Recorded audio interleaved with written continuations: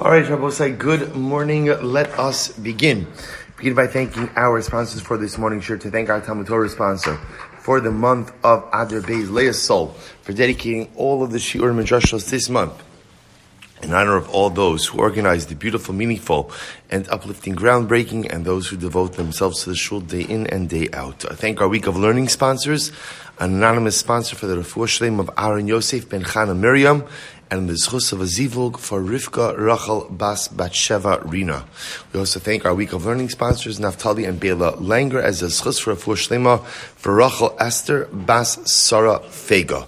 We thank our day of learning sponsor, Mrs. Selma Wolf, for refuah shlema for Tinok ben Keshet Maya, as well as the refuah for Keshet Maya Bas Naomi Gabriela.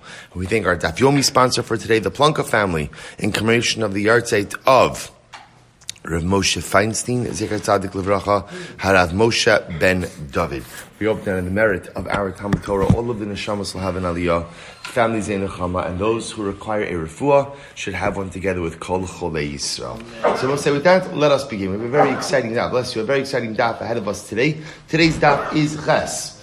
Ches. We are picking 8. We are picking up on Zayin Amud Beis, literally the last 3 words. So we'll say, let's just remind ourselves in a general sense about what we're talking about, and then in a specific sense, what we're specifically focusing on over here. In a general sense, we're still hyper-focused on the need for the drasha of Aleha Aleha. Namely, again, the Gemara made the Gzeir Shava from the case of Achos Ishto, one's wife's sister, to Yibum, to teach us that just as that halacha l'maisa, one cannot do Yibum with one's wife's sisters. Remember, 2 brothers, 2 married, 2 sisters, Reuven and Shimon. Reuven passes away. Shimon now has to do Yibum with his sister-in-law, who also happens to be his wife's sister. Because she is an erva, we learn out from Aleha Aleha, or because of Aleha Aleha, we learn from there that the halacha l'maisa Yibum does not occur. Yibum does not occur. I will say again, that was I would venture to say that in the last week of Yevavos, that is the most important piece of information we have learned, because it is that piece of information that is the foundation for everything else, all of the drashas, all of the Mishnah. Now I will say, the fact that we need a drasha to go ahead and exclude Achos Ishto, one's wife's sister, from Yibum, tells us that what? Without that drasha, what would we have thought? That you would do Yibum, which is fascinating because that's an Isser Karis. That's an Isser Karis. So now what we've been on the journey with the last 3 days now so far is to try to figure out, why would I have assumed that? Why would I have assumed that aseh dochelo saseh, even in a case of Karis? So that's what we were trying to pull out examples. So what we ended up with in yesterday's daf was the fascinating way. We switched gears a little bit, and the Havamina we wanted to suggest comes from the following concept. And in halacha, we have an idea of hoyo ishtarya.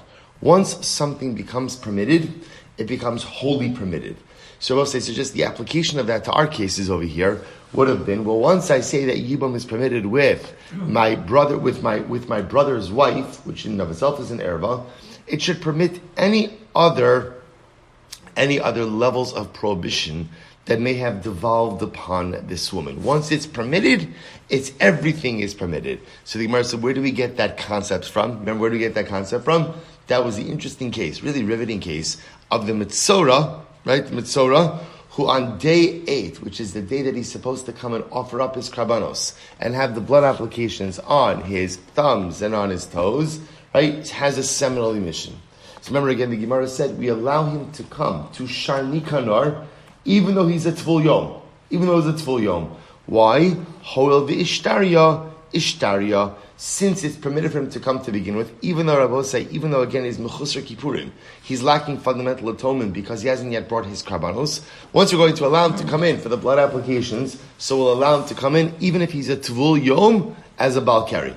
Right? So the inference from that is, so too we should say that once you're permitted to do Yibum, which is already a forbidden relationship, i.e. to marry your brother's wife or your brother's widow, so even if this woman is asa because of other things, for example, she's also my wife's sister, it should still be permitted as well. Good. That's the Chazara. Says the Gemara, midami dula. How can you compare the cases? After all, again, top of Chasam Adaf. Also, listen to this. So how can you compare the case of Yibum to the case of the Metzora. I'll tell you why. Teinach, well, so this is actually really interesting. Top of Ches. Teinach, heicha dinasa meis v'achar kach nasa chai. So, I hear this in the following case. We'll say two brothers, Reuven and Shimon. So let's say for a moment like this, and now again we're assuming now they're married to two sisters.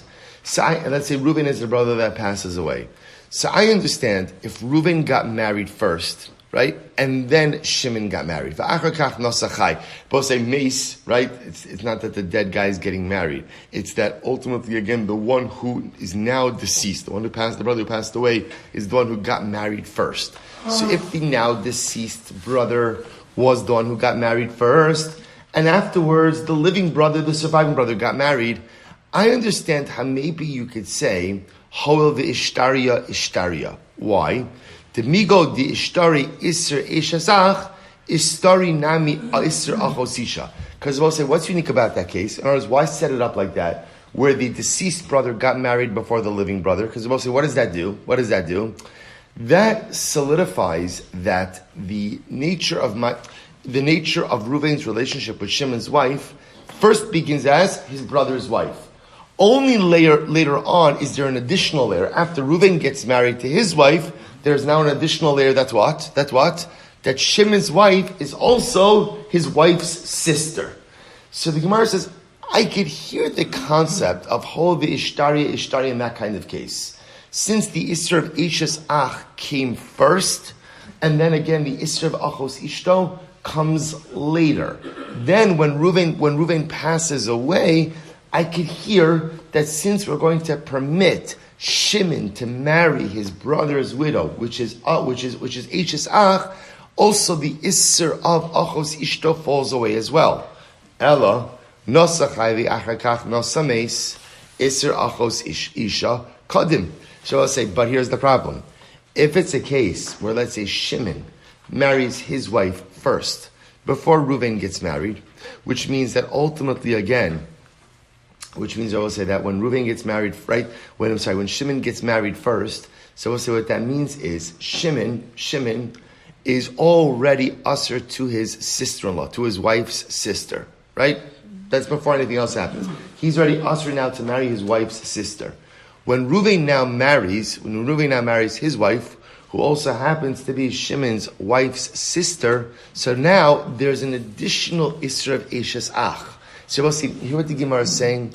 Let me just say this outside for just a moment, because it's actually not confusing. Just remembering the case is confusing. What the Gemara is suggesting is like this. The Gemara wanted to suggest that Yibum, with all arayas, not all arayas, but Yibum with additional arayas, should be permitted. Based on what principle? Hoil v'ishtari ishtari. But remember again, we keep saying this, I think, every single year. What's the greatest chiddush of Yibum in general? What's the greatest chiddush? Right? That which is an erva becomes mutter. Right? Again, that's out of the Yibum gate. Right? That's already how we're operating. A brother's wife is an erva. So the notion that not only am I permitted, but there's a mitzvah to marry this woman who's an erva is an incredible chiddush. What the Gemara is just simply suggesting is, why don't we just say, once one erva is permitted, then what? All erva should be permitted. That's all, which Rabbi will say is actually a pretty solid argument. The Gemara is saying, and specifically what we're focusing on is, if it's permitted to marry your brother's widow, it should also be permitted to marry your brother's widow when? Even if she is your wife's sister. To which the Gemara says, well, 1 second. I could buy into that, but I could only buy into that where the Isser Eishes Ach was the first Isser. And then the Isser of Achos Ishto came on later on. Right? It was added later on. When does that happen? First thing I will say, that happens in a case where the surviving brother is ultimately, again, the deceased brother married first, and the surviving brother married second.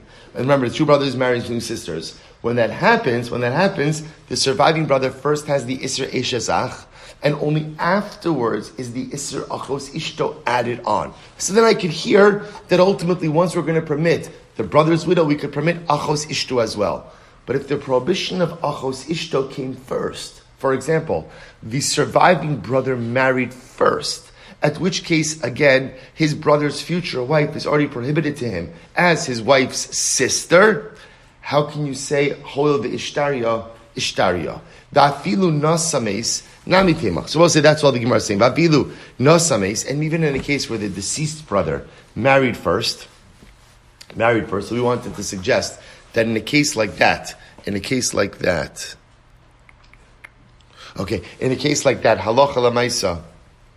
In a case like that, halacha l'maisa, the Isra Ishazach preceded the Isra of Achos Ishto. Teinach heicha dinasa meis umeis v'achakach nasachai. Really, the case only works is if Rabbi say, listen to this, is if Reuven marries his wife first, right, and dies before Shimon marries his wife. So Rabbi say, what's the beauty in that? There's no beauty in that, but you understand meaning. But the idea is, in that case, what's happened over here? In that case, the Isser Eshes Ach was permitted even before there was a prohibition of Achos Ishto, because Shimon, the surviving brother, hasn't even married yet. So there was a period of time where the only Isser that Shimon was facing regarding his sister-in-law was Eshes Ach. The Gemara says, the Chazile de Beni Beni, because after all, again, she was technically permitted to him in Yibum, in between the time of his brother's death and he married his new wife. Ella, nosa meis, velo meis, but rather, again, listen to this, but if the deceased brother got married, and before he died, before he died, nosachai, his brother married his wife, so therefore Rabbi say what that means is, both brothers are alive and married at the same time, then what? Lo ichazi leklal. See, Rabbi the Gemara suggesting is, I don't understand, if Reuven and Shimon are married to two sisters, and they are both married to their respective wives while both are alive, so the Ramai said that means before Reuven passes away, Shimon, right, when he relates to his sister-in-law, has two prohibitions. What are the two prohibitions? Eshesach and Achos Ishto. If those two prohibitions are in effect before the Yibum obligation occurs, why would we think that Yibum has the ability to set aside both of those prohibitions? Mila Modi Ula. Doesn't Ula agree? She'imra Keri Belel Shmini She'in Machnis Yadav Labahanos Shelo Yotza B'Shah Shiri Lahavi Bakarban. They both say, watch this.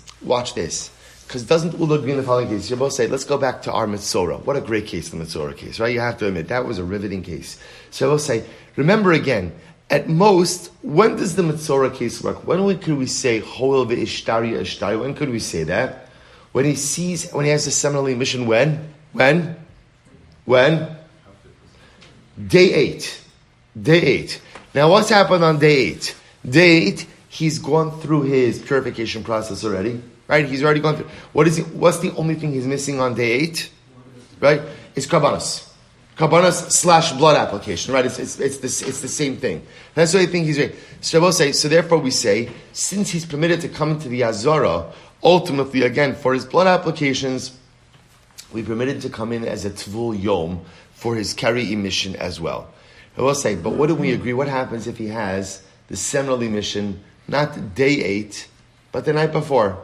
Night 8. Would we allow him to come into the Beis HaMikdash on day 8? And the answer, of course, is no. Why? Because at the time that he had his seminal emission, he's not fit to come into the Beis HaMikdash at that time, right? You can't. In other words, he's not allowed to come into the Beis HaMikdash the night of the 8th day, because there's nothing to do on the night of the 8th day. There's no blood application until the day. Were he to have a seminal emission before he had the ability to enter into the actual Beis HaMikdash, even though it's night number 8, we wouldn't say Hol ve'ishtaria. So the Gemara is suggesting the same thing over here. At most, this is fascinating, at most, the only time you could say Hol ve'ishtaria by Yibum, right, by Yibum and by Erba would be when there was a window of time where the only prohibition upon the Yavam was Eshesach. If there was a period of time where all there was Eshesach, right? So the only issue with Yibum was a typical issue, which is his brother's wife. And then another layer was added on later on. Once, technically speaking, he was able to do Yibum, that's enough to say that any other additional layers of prohibition will fall to the side. But if there was never a moment where the only Isser was Eishes Ach, and this Yibum was always complicated by additional Isser factors, you can't say Hol Ishtaria Ishtaria. Or I will say, just to frame it a little bit simpler, because it really is a fascinating idea. The Gemara is entertaining this concept, which is, I think, a very logical concept, which is, once something becomes permitted, it's permitted. It's permitted, and it doesn't really matter how many additional layers of prohibition. What the Gemara just wants to qualify is, I think that concept should only work if there's a moment where only the initial prohibition is in effect. And then other things are added later on. But if from the beginning you have multi-layered prohibitions, who says that at the end of the day all of those prohibitions could fall to the side? So therefore, I will say, listen to this, Ella. So therefore, I will say we are literally back to square one. Literally back to square one. Ella, ki itzterech aleha. Okay, so we'll say, so therefore again, why do I need the pasuk of aleha? Remember, that's the pasuk by Eishes Ach. Sorry, by Achos Ishto, by one's wife's sister. So Heicha dinosames the Achakach nosachai. So we'll see, right? When do I need that case? In the following situation, where the deceased brother marries first, and ultimately, again, the living brother married second. And therefore, I'll say halacha l'maisa. In that case, the Isser Eishes Ach precedes the Isser Achos Ishto. The ibaising, the other possibility is Asya behekisha mid Rabbi Yonah. Ultimately, again, it can be learned out from a hekish based on Rabbi Yonah. What did Rabbi Yonah say? The Amar Rabbi Yonah v'tema Rav Huna b'reid Rabbi Yoshua Amarkra. The pasuk says, "Ki kol asher ye'asem mikol ha'to'evos ha'ila v'nichrasu." So you've seen this pasuk before. Pasuk is talking about arayos. Now, I will say the beauty of this pasuk is it groups all of the arayos into one pasuk, right? And the Torah says, whoever performs any of these to'evos, any of these abominable acts, v'nichrasu hanefashos ha'osos mikarav amam. We'll say, what's the punishment for arayos? What's the punishment for kares? Okay, so we'll say, so the beauty of that pasuk is catch all arayos. Now watch this. So hukshu kol ha'arayos kulon le'ishes ach. Now we'll say, now here's what's interesting. All of the arayos are compared ultimately again to Eishes Ach. Right? So everything is compared to Eishes Ach. To the case, right? Because remember, everything is included in that same pasuk. So ma Eishes Ach sharia af kol ha'arayos shayan. So I will say, so the Gemara is suggesting is like this. All of the arayos are compared to the prohibition of a brother's wife. So I will say, if that's the case, then halacha l'maisa, why don't we say as follows? Just like Eishes Ach is permitted in Yibum, so to what?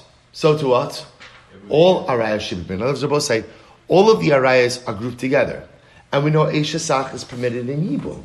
So why don't we just say, just like Eishes Ach is permitted in Yibum, so too every other Ereva is permitted in Yibum. And I will say, I do want to point out, when we speak about every other Ereva, you of course know the Gemara never actually means to go ahead and prohibit. In other words, every other Ereva never includes every Ereva. Because remember, again, we're going to see Yibum also only takes place in what? In a permitted marriage. So if my brother marries my mother, right, and then dies, actually that wouldn't work because without children, right? So we'll say, so again, if my brother marries, well, we'll see other examples of this, but Yibum is only going to work in a marriage that was a legal marriage. So when we say all ervas, all arayos, we don't literally mean all. We just mean many more than just Eishes Ach. So we'll say, this is a good kasha. So the Gemara says, the Torah links all of the arayos together. So all the arayos are compared to Eishes Ach. So why don't we say, just like Eishes Ach is permitted in Yibum, so too all arayos are permitted in Yibum. To which the Gemara says, Kasav Rachmana Aleha. Listen, this is so nice. This is beautiful. So therefore, again, what does the Torah say? Aleha. Let's remember again, where is Aleha written? Where is it written? Eishes Ach. Achos Ishto. Right? Remember, Aleha is in the pasuk of my wife's sister. And it also appears in the section of Yibum. That's the Gzeir Shava between Allah, Esha, right, Achos Ishto, and Yibum, to tell me that I can't do Yibum with my wife's sister. That ultimately, again, if my brother and I are both married, right, two brothers married to two sisters, you can't do Yibum in a situation like that. So if I will say that's the need for Allah. So again, I will say we're holding right now. The world is absolutely perfect, right? We're holding right now it's a very simple cheshbon. Right, all of rayas are put together. Right, all of our rayas are grouped together, and therefore, ultimately, again, yet Eishes Ach is extracted from that group to tell me that Yibum is permitted. I would have thought just like Eishes Ach is permitted in Yibum, therefore, what? All other rayas are permitted in Yibum. Comes the drasha of Aleha by Achos Ishto, and the drasha teaches me Achos Ishto is not permitted in Yibum. And what do I learn from that? Just like Achos Ishto is not permitted in Yibum, so too what? Every other erva is not permitted in Yibum as well. So it turns out that the only erva permitted in Yibum is the one that the Torah explicitly says, namely, my brother's wife with no other layers of Isser upon her. Incredible. Let's analyze this a little bit. Michti. Kalarayos, Ika la'akshinhu la'eshesach, v'ika la'akshinhu la'achos isha. So I'll say this is great. So now what you're telling me, I will say, in the wide world of arayas, right? I have two cases. I have Eishes Ach and Achos Ishto. Eishes Ach, permitted in Yibum. Right? Eishes Ach is Yibum. Achos Ishto, prohibited in Yibum. So what we're suggesting now is that Lamaisa we should compare all arayas to what? To what? Achos Ishto, the case of my wife's sister. And to say just like Achos Ishto, ultimately again is prohibited in arayas, so too all of the cases of arayas are going to be permitted as well. So the Gemara says, I don't understand. Why? My chos is the akshis la achos isha, akshinu la eishes ach. We'll say, why? In other words, I have all of arayas grouped together. But so just listen to this for just a moment. I have all of arayas grouped together. And I have two cases pulled out of the grouping. What are the two cases? Let's go through this. What are the two cases? Right? Eishes ach, my brother's wife, and Achos Ishto, my wife's sister. What's the halacha by Eishes ach? Mutter, right? Mitzvah. What's the case by Achos Ishto? Aser. So now the Gemara says, therefore, with the step before this, we're going to compare all arayas. We're going to compare all arayas to the case of Achos Ishto to teach you that all arayas are aser in Yibum. Why? Why not go ahead and compare all cases to what? To what? Eishes ach, and say all arayas are mutter. To which the Gemara said, by the way, I think we all agree. I don't know that we've seen so far in this cycle of Daf Yomi another Gemara as exhaustive as this one with the same drasha. Both say it's been the same Gemara since Gimel Amud Beis, and obviously new information coming in.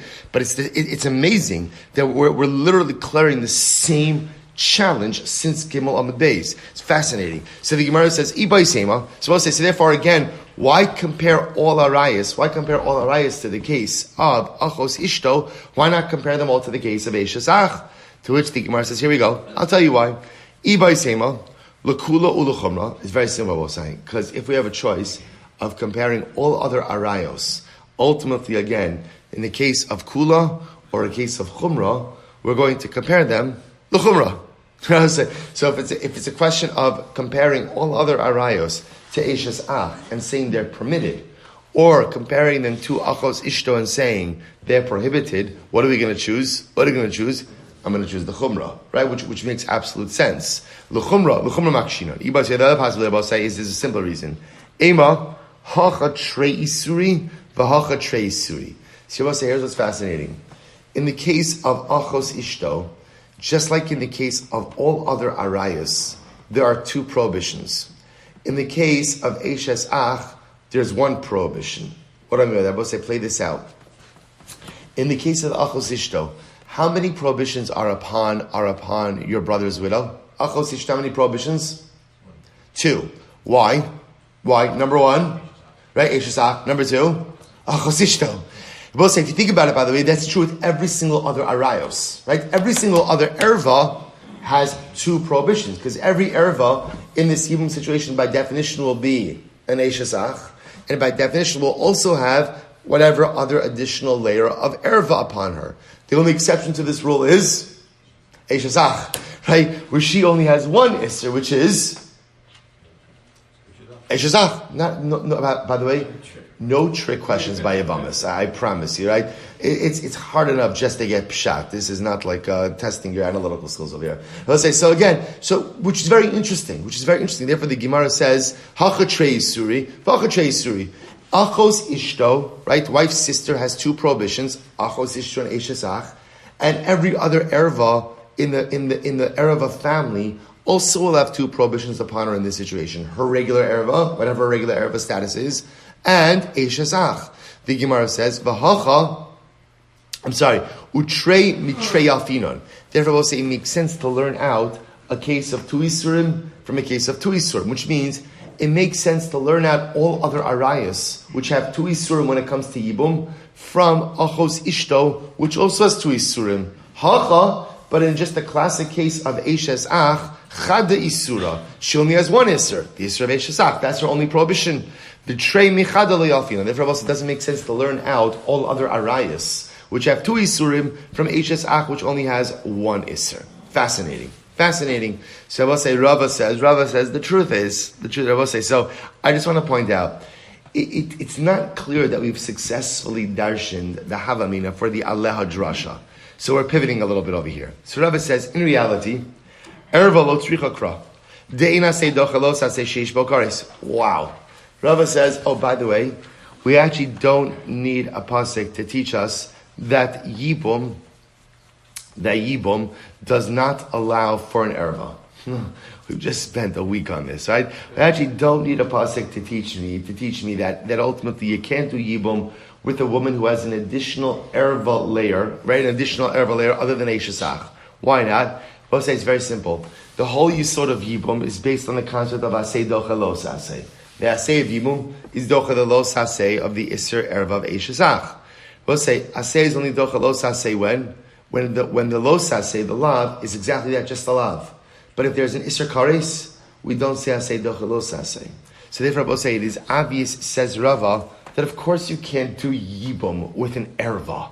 How can you do Yibum with an erva? Yibum, again, the mechanics are asay docha lo saseh, and asay docha lo saseh doesn't set aside the lo saseh when the lo saseh is punishable by kares.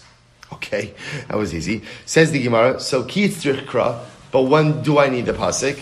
Lemeisar tzara. See, I will say, the novelty in all of this is not that you can't do Yibum with an erva. That's pretty obvious. The novelty in all of this is that you can't even do Yibum with the co-wife of an erva. Right? That's the chiddush over here. Lemeisar tzara. Ultimately, again, to prohibit the co-wife. The Gemara says, is that true? That you don't need a pasuk to exclude an erva from Yibum? V'hatanya, but we learned, ein li Elohi. We'll say, remember again, in the drasha of Aleha, back on Gimel Amud Beis, we darshaned that the lashon of the Gemara was that from that pasuk, I only know that she, who's the she in this case, achos ishto, my wife's sister, is prohibited in Yibum. Mishum, the Gemara says, so we'll say, so the point over here is that the Gemara was making the point that from that pasuk we learn that achos ishtar herself is prohibited in Yibum. So we see that we do need a pasuk to teach us that even the erva herself cannot perform Yibum. To which the Gemara says, no, mishum tsarasa. That's not what it meant. The Gemara meant that I only need the pasuk to teach me that the tzara, that the co-wife of achos ishto, is going to be prohibited in Yibum. The achos ishto, the woman herself, my wife's sister, that's obvious. I can't do Yibum because we don't say asay doche lo saseh b'makom kares. I b'hakatani ein li elahein mishum tzaros sehen. But we learned. V'hakatani ein li elahein. But we learned before. The pasuk seems to indicate that it's excluding the ervas themselves. No, mishum tzaros sehen. It doesn't mean because of them. It means because of their co-wives. So we'll say, so let's analyze a bit more. So we'll say, so therefore, Rava's coming along and introducing a totally new stream of thought. And in Rava's model, I don't need a pasuk to teach me that a woman who is an erva is asr in Yibum. Why? Because we'll say any other erva other than Eishazach is going to be punishable by kares. And halacha l'maisa, asay is only dochalos asay in a situation where there's not kares. But once there's kares, ultimately we don't say asay dochalos asay. So why the psukim necessary?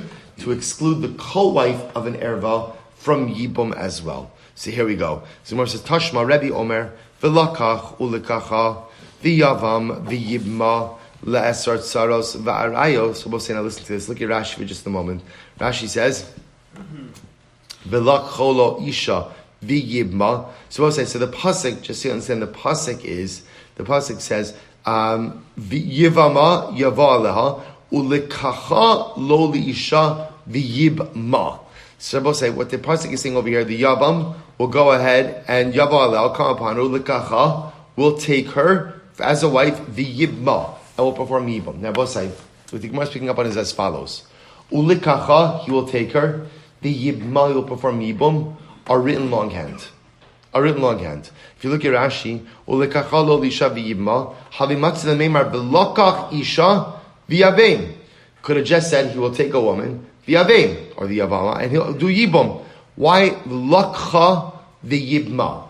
I both say whenever the Torah writes a word in a longer form than it needed to, that is usually for what? Drasha purposes. So what's the drasha? Here we go. So the Gemara says, Rebbe Omer, v'lakach, ulakach. Could have said v'lakach, but it said v'lakcha. Could have said v'yabeim, but it says v'yibma. So what does that come to teach us? Le'esar tsaros v'arayos. So I will say that comes to prohibit co-wives and the arayas themselves. In other words, the arayas, the erva women, and their co-wives. So also you see from here, according to Rebbe, that you do need a pasuk to teach you an erva, that erva is aser.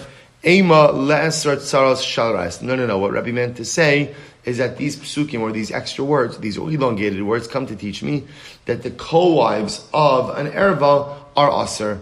But the pasuk is bringing down.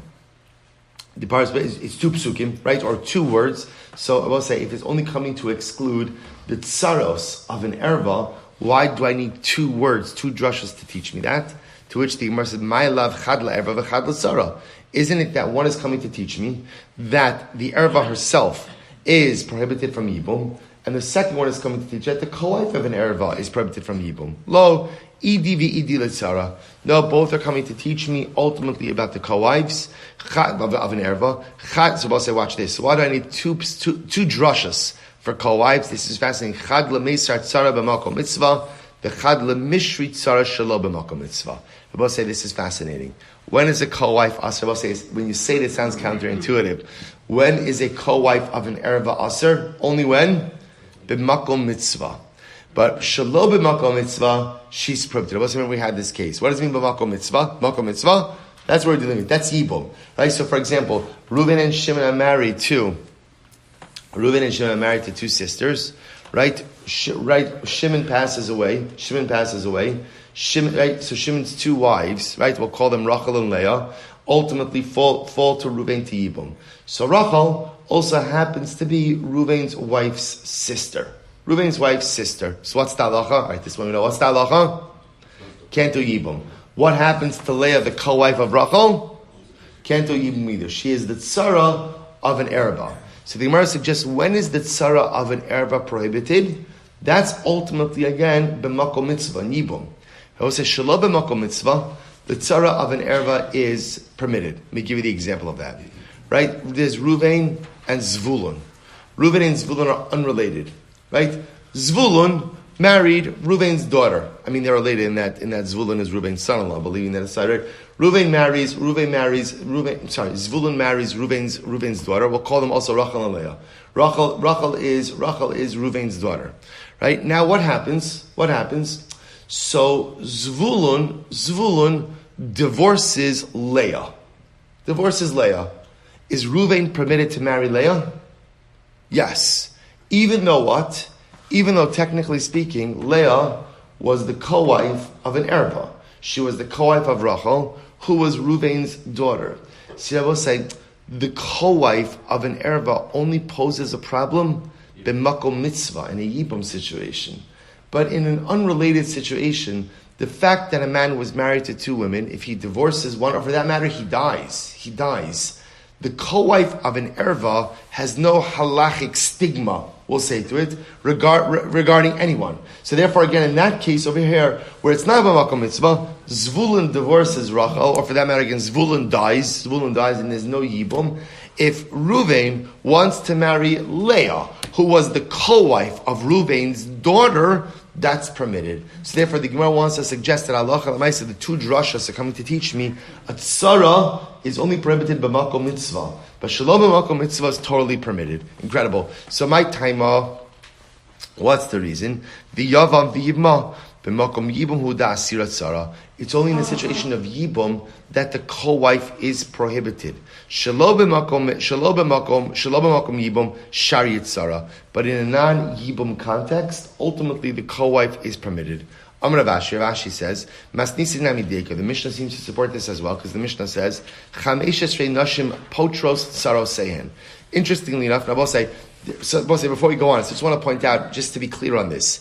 So the Gemara is saying over here, and this is halacha l'maisa in fact, the concept of a tsaras erva is only a concept in a yibum setting. In other words, the notion that an erva will ultimately exempt her co-wife is a din in yibum. There is no other halachic stigma to being the co-wife of an erva in any other marital situation. So again, that's why I just want to be clear on this case. So again, you have Reuven and Zvulun, and they're totally unrelated. Or we could just keep it simple. I know I'm mixing cases. Reuven and Zvulun, just to keep it simple. Reuven and Zvulun married two sisters, right? Zvulun happens to have an additional wife, right? Who's unrelated to the other two women. So now what happens? So now technically speaking, right? Rachel and Leah, Zvulun's two wives. So Leah is the co-wife of an erva, because Rachel also happens to be Reuven's wife's sister. So I will say, should something happen to Zvulun, right? Zvulun divorces Leah.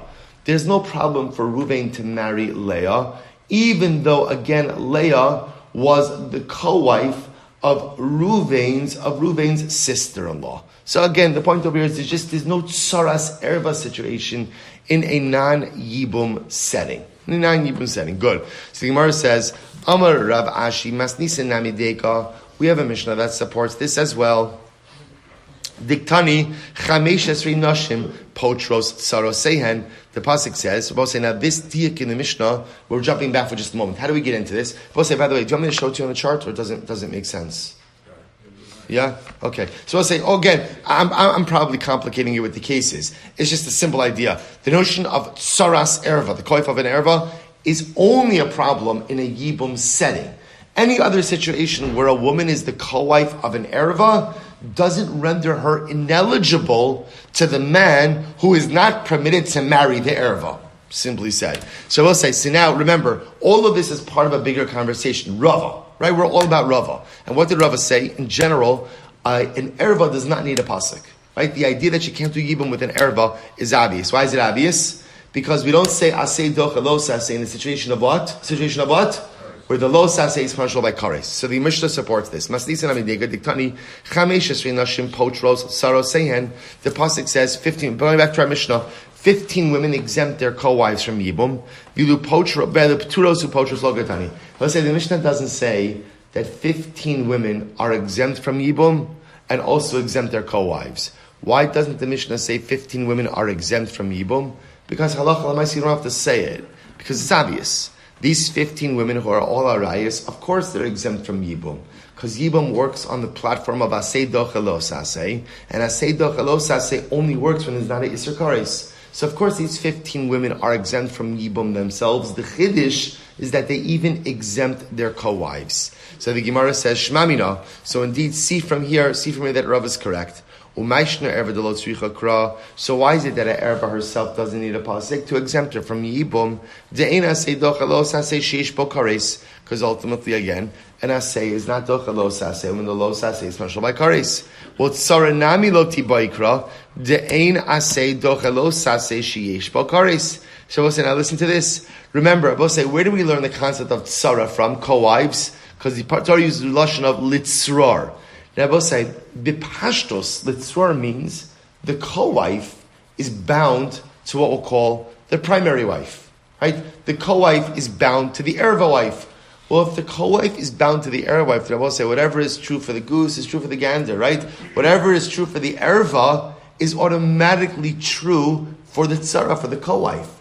If that's the case, then the same way I don't need a pasuk to exempt an erva from yibum, I also shouldn't need a pasuk to do what?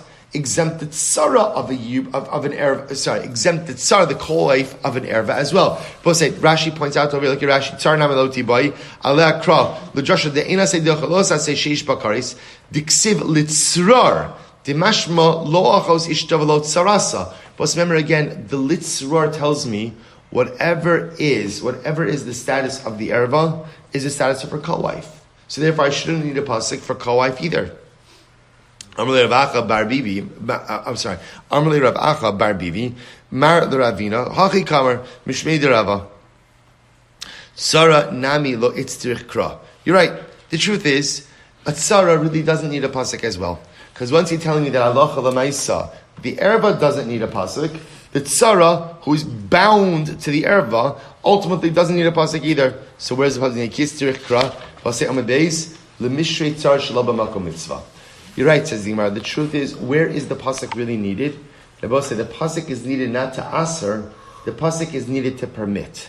To permit what? Saras erva shelo b'makom mitzvah. The Rebbe said that the co-wife of an erva is permitted in a non-mitzvah context. Again, Rebbe said two men unrelated to each other. One of Shimon's wives is an erva to Reuven, but the men are unrelated. Right? Shimon divorces his wives for argument's sake. Reuven is permitted to marry the woman who is not an erva to him. He's permitted to do that. Right? Why? Because halacha l'maisa, the issue of tsaras erva, only poses a problem in a yibum context. That's when the erva endows her status to the co-wife. But in a non-mitzvah setting, being the co-wife of an erva has absolutely no halachic impact on the permitted woman. Incredible. So my time, what's the reason? Amakra aleha, b'makom aleha hu da'asira, shlo b'makom aleha sharia. Because of us, we do the aleha, it says aleha by achos ishto, it says aleha ultimately again by yibum. It's only b'makom aleha, it's only in the case of yibum, b'makom mitzvah, that being the co-wife of an erva has, endows the tzara with the erva status. But shlo b'makom mitzvah, being the co-wife of an erva, has no halachic implication. Amrli Ibrahim bar Chama l'Rava, Eima erva gufei, shlo b'makom mitzvah tishtari. Well, maybe. Okay, so I'll say based on this, the Gemara floats a wild suggestion.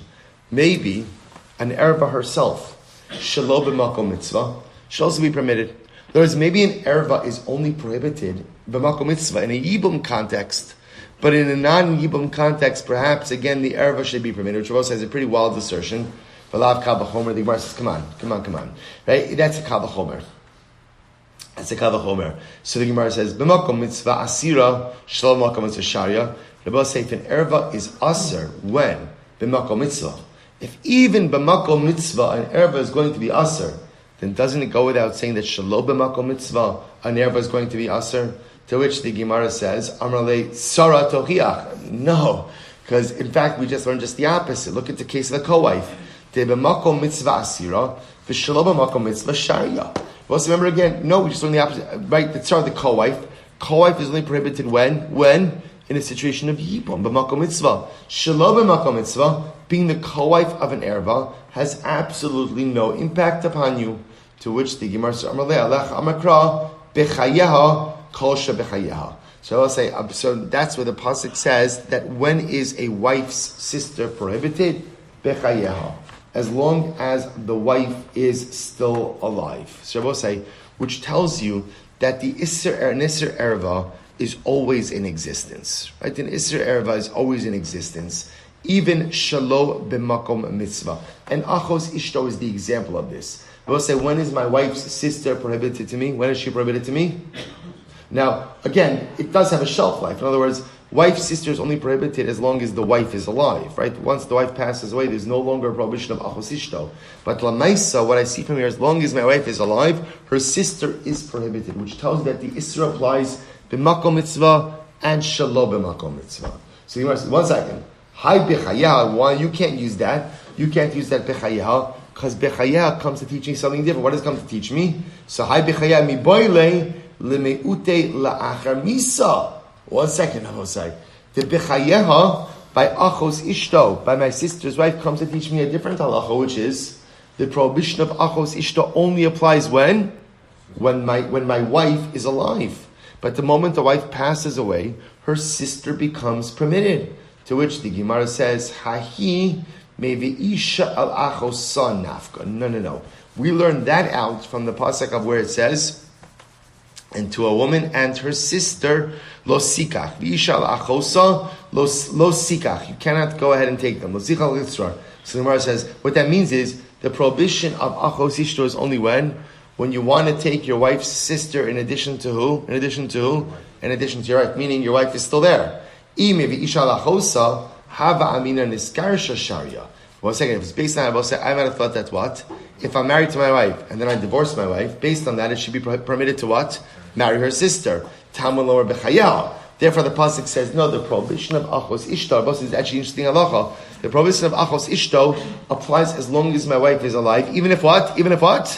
We're not married, right? Kol shebechayeha da'af agab diniskar shalo halacha l'maisa. As long as my wife is alive, even if we're not married, the prohibition of achos ishto still applies. Ela amar Rav Huna bar Tachlifa mishmei derava trei kroi ksivi. There are two psukim. What's the word of two psukim? Ksiv isha lachos l'sikach litzra. The pasuk says, a woman to write Alisha lachos l'sika, you cannot go ahead and take a woman and her sister. Uksiv legalos ervasa, and the pasuk says to uncover her nakedness. So we'll say. So now this is the same pasuk, by the way. The pasuk reads V'isha lachos l'sikach litzrar legalos ervasa. So the pasuk says you shall not marry a woman and her sister losikach to take them in marriage, litzrar to make them co-wives. And then the end of the pasuk says legalos ervasa, to uncover nakedness. So why do you need those two phrases? To which the Gemara says, Lo sikach, I'm sorry. Legalos ervasa dechadamash. And I both say, here's what's interesting. The Gemara is saying interesting there. Number one, why do you need two? Number two, the first part of the phrase, Lo sikach litzrar is plural. You can't take them as co-wives. Legalos ervasa, to uncover her nakedness, is singular. So who is the pasuk talking about? Okay, so here we go. B'makom mitzvah shtehen asuros. I will say ultimately again, b'makom mitzvah, both of them will be aser. I will say ultimately again, meaning what? B'makom mitzvah being yibum, both will be aser. Shelo b'makom mitzvah. But I will say when it's not b'makom mitzvah, hi asura. Again, I will say ultimately she will be prohibited. Namely, again, my wife, she will be prohibited. Vitzaras mutaras, but her co-wife will be permitted. I could switch that around and I could say b'makom mitzvah hi asura vitzaras mutaras shelo b'makom mitzvah shtein asuras. But say, why don't I say like this? Maybe b'makom mitzvah. Ultimately, what? I could say that my wife's sister will be prohibited, but her co-wife will be permitted. Shelo b'makom mitzvah. Maybe they're both aser. Im king lo yomer aleha. If that's the case, the pasuk says, don't do the drasha, don't go and say the word aleha. Okay? How do you know that Allah is coming to teach me an iser? Dilma lehetera. Maybe he's coming to teach me a het. This is what it means to say. Isha alachosa lo sikach litzrar. The pasuk says, do not take a woman and her sister litzrar.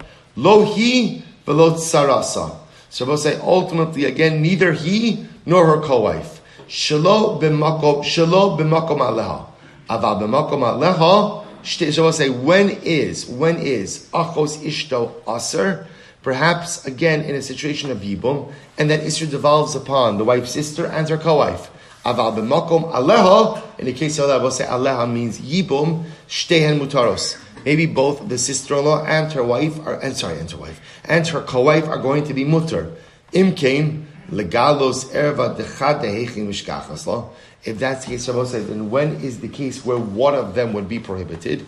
Iba makom mitzvah shtein mutaros. If it's makom mitzvah, both of them are mutter, like we just said. Ishalo makom mitzvah, and if it's not a makom mitzvah, shtein asuros. Then ultimately, again, both of them will be aser. Stef Rabosai, remember, let's just frame this in the right way. All of this entire Gemara, what this will stop over here for today, but all of this was based on the sheet of Rava. What did Rava want to suggest? Rava wanted to say that erva doesn't need a pasuk, right? So in other words, or say differently, to exclude an erva from yibum doesn't require a pasuk. Why doesn't an erva require an exclusionary verse? Why not? Why not? Because yibum is based on what halachic premise? What halachic premise? Asya say v'dochelos say, and an asay is only dochelos say when? When we'll call it a lav. But if it's an isser kares, ultimately again asay is not dochelos say. Therefore, again, says Rava, any case of erva doesn't really require a pasuk. So why do the psukim come? Why do the psukim come? Ultimately, to exclude who? Saras erva. To exclude saras erva. And I will say, quite possibly, if we further that drush a little bit more, to exclude the idea that saras erva is only going to be prohibited when? When? B'makom mitzvah, in a yibum context. But shalo b'makom mitzvah, saras erva, the koif of an erva, ultimately, again, will be permissible. So we'll stop over here for today. We're going to continue with the sugya Meretz Hashem tomorrow. Shkoyach.